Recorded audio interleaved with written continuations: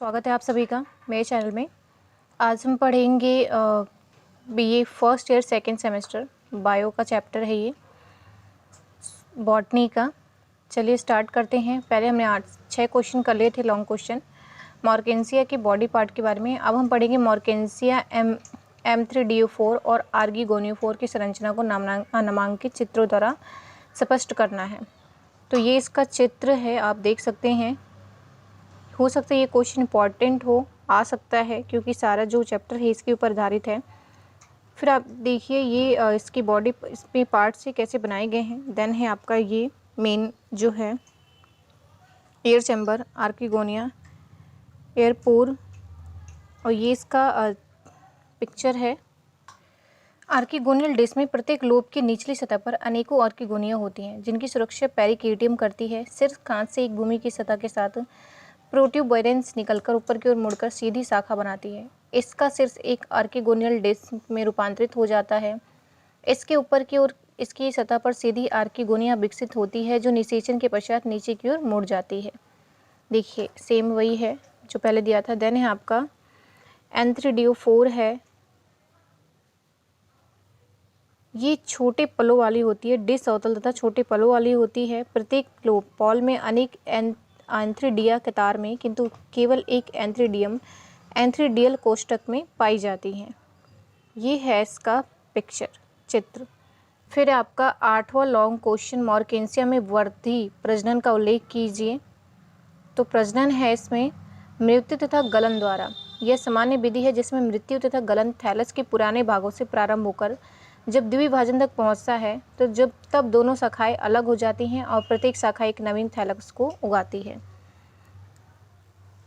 ये इसका डायग्राम है। देन है अपस्थानिक शाखा द्वारा होता है, गेमा द्वारा होता है। ये गेमा द्वारा भी होता है। प्रत्येक गेमा में कप में अनेकों द्विपालित कमजोर वृंत वाले मॉर्केंसिया गेमा तली में विकसित होते हैं। बस आप टॉपिक डालिए और 2 से 4 लाइन इसको डिफाइन कर दीजिए और डायग्राम बना दीजिए साथ में, क्योंकि इसके साथ आपका लैंगिक प्रजनन भी है और साथ में इसका डायग्राम भी है।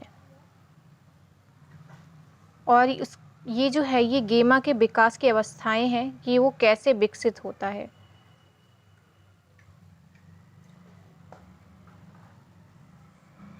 देन है आपका 9th लॉन्ग क्वेश्चन है आपका एंथोसिरोटोप्सिडा के लक्षण तथा समानताएं लिखिए। तो उसकी कितनी 6 जातियाँ होती हैं, लगभग 300 प्रजातियाँ होती हैं। थैलस में कुछ नॉन स्टॉप गुहाओं विभिन्न आकार तथा आकृति की हो सकती हैं। प्रत्येक कॉर्टेक्स कोसा में एक प्लेटिनुमा हरित लवक होता है। ग्रीवा तथा वेंटर में अधिक स्पष्ट नहीं होते हैं। ग्रीवा कवच में 6 कोशाएं तथा भीतर की 4 ग्रीवानाल कोशाएं होती हैं। तो आप इसको कम से कम 10 याद कर लें इसमें से। एंथोसिरोटोप्सिडा की समानताएं क्या होती हैं? तो ये क्या होता है, पौधे एक सिंथेटिक समूह है, न केवल ब्रायोफाइटा के अनेक समूह से समानता रखता है बल्कि शैवालों तथा टेरिडोफाइटा के समान भी होता है। हरे सवाल में समानताएं देखिए क्या होती हैं। फैले हुए प्रतिपृष्ठीय थैलस आंतरिक उत्तकों में अधिक स्पष्ट नहीं होते हैं। और हिपैटिकोप्सिडा से समानताएं क्या होती है, हरे रंग का थैलोड चपटा प्रतिपृष्ठीय थैलस व गैमेटोफाइट की उपस्थिति होती है। केवल चिकनी भित्ति वाले राइजोडो की उपस्थिति जैसे जुंगर मैनियनम्स में लैंगिक जननांग एंड्रीथ्रिया तथा आर्किगोनियर मादा है। एंड्रीथ्रिया क्या है, नर है, और आर्किगोनियर क्या है, मादा है। थैलस में धसे हुए लैंगिक जननांग होते हैं। गैमेटोफाइट में कंडक्टिंग उत्तकों का अभाव होता है। उसके बाद ब्रायोस्पिडा में समानता देख लीजिए, आप समानता पढ़ सकते हैं इसको। फिर है आपका ये टेरिडोफाइटा से समानताएं। देन है आपका नामांकित चित्रों की सहायता से एंथोसिरोस का जीवन चक्र दर्शाइए। उसकी डेफिनेशन है आर्किगोनियम, निषेचन, एंथ्रीडियम।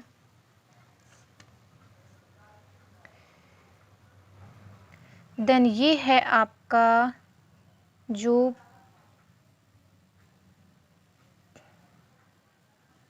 डायग्राम है, इसका डायग्राम है आपका एंथोसिरोस जीवन के चक्र के सिद्धांत हैं। चित्रांकन ये देखिए इसके हैं एंथोसिरोस के। उसके बाद ही ये जीवन चक्र के बारे में थोड़ा बता रखा है। पीढ़ी एकांतर से आप क्या समझते हैं? प्यूनेरिया पोगोनेटम के जीवन चक्र से इसे समझाइए। तो ये देखिए इसमें है आपका एंथ्रीडियम का विकसित होना संरचना, आर्किगोनियम का विकसित होना संरचना, निषेचन दे रखा है, निषेचन उपरांत परिवर्तन दे रखा है, स्पोर तथा इसका नवीन गैमेटोफाइट में अंकुरण दे रखा है। और ये है इसका डायग्राम।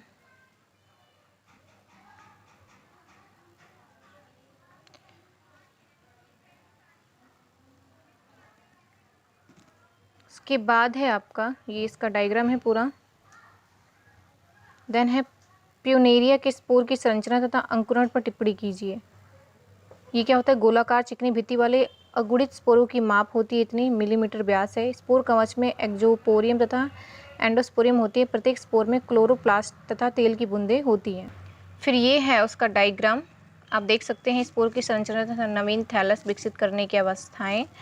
फिर है स्पोर्स का है आपका अंकुरण, अंकुरण है उसके बारे में दे रखा है। देन है आपका प्यूनेरिया में कैप्सूल के स्फुटन स्पोर प्रकीर्णन विधि पर टिप्पणी कीजिए।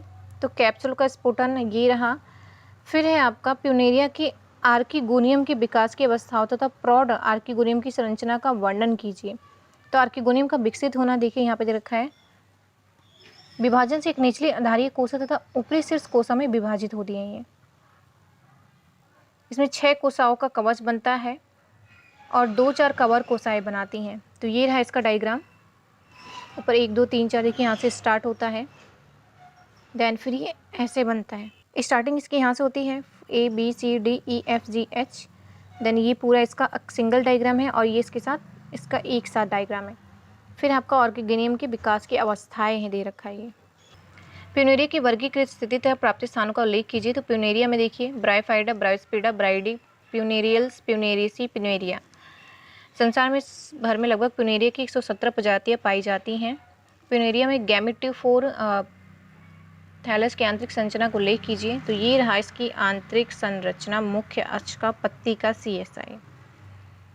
फिर आपका प्यूनेरिया के गैमेटोफोर का वर्णन कीजिए। तो बाह्य प्रकृति का होता है, ये एक छोटा पत्तीदार सीधा पौधा है। पादप शरीर में तना या अक्ष पत्ती या फिलोइड या मूलाभास होते हैं। चलिए इसमें देखते हैं इसका डायग्राम। ये है इसकी संरचना। प्यूनेरिया हाइग्रोमेट्रिका वर्दी थैलस, फर्टाइल थैलस और गैमेटोफाइट से जुड़ा स्पोरोफाइट। देन है आपका इसमें इस फैनगम के गैमेटोफाइट के अक्ष की आंतरिक संरचना पर टिप्पणी कीजिए। तो तने की आंतरिक संरचना ये रही।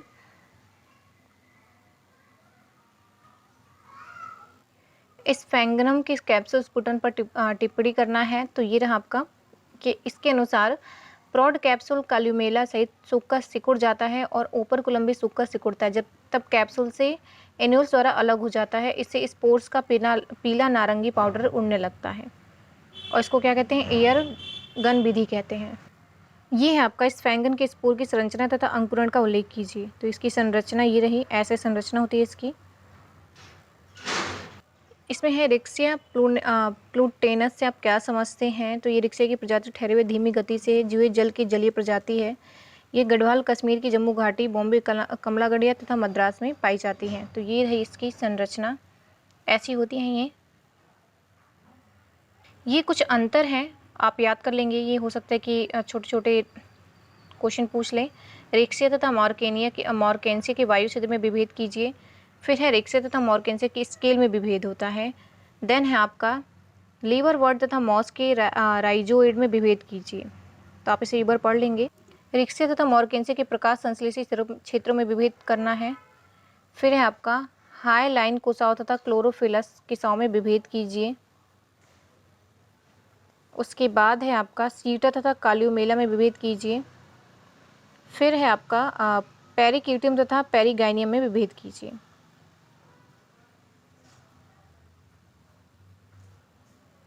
इसका लास्ट है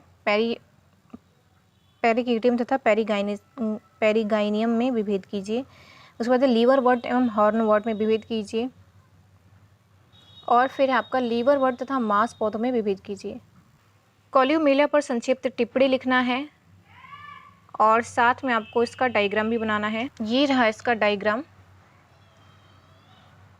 देन है आपका कैलिप्ट्रा और संक्षिप्त ट्रिप्लिके। कैलिप्ट्रा ये रहा, यह ब्राइफाइट के निषेचन आर्कीगोनियम के वेंटर से विकसित हो रही है और स्पोरोगोनियम की निकटता सुरक्षा कवच होती है ये।